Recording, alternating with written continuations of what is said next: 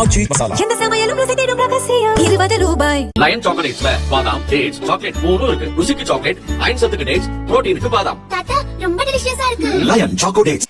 சத்தீஸ்கரின் பஸ்தர் பகுதியில் மாவோயிஸ்ட் ஆதிக்கம் இருந்த 92 கிராமங்களில் சுதந்திரத்திற்கு பிறகு முதன்முறையாக வரும் ஆகஸ்ட் 15ஆம் தேதி தேசிய கொடி ஏற்றப்பட உள்ளது.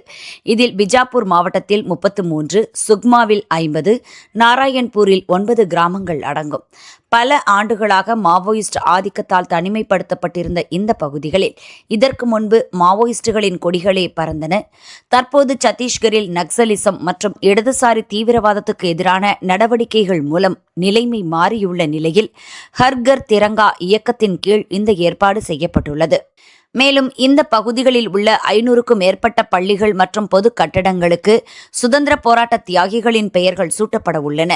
நக்சல் எதிர்ப்பு நடவடிக்கைகளில் உயிரிழந்த பாதுகாப்பு படையினர் மற்றும் பிற தியாகிகளின் குடும்பங்களை கௌரவிக்கும் வகையில் சுதந்திர தினத்தன்று அவர்களது வீடுகளுக்கு அரசு அதிகாரிகள் மற்றும் போலீசார் நேரில் சென்று தேசிய கொடியை வழங்க உள்ளனர். இதன் மூலம் நீண்ட காலமாக மாவோயிஸ்ட் ஆதிக்கத்தில் இருந்த பஸ்தர் பகுதிகளில் தேசிய கொடி ஏற்றப்படுவது முக்கியமான மாற்றமாக பார்க்கப்படுகிறது.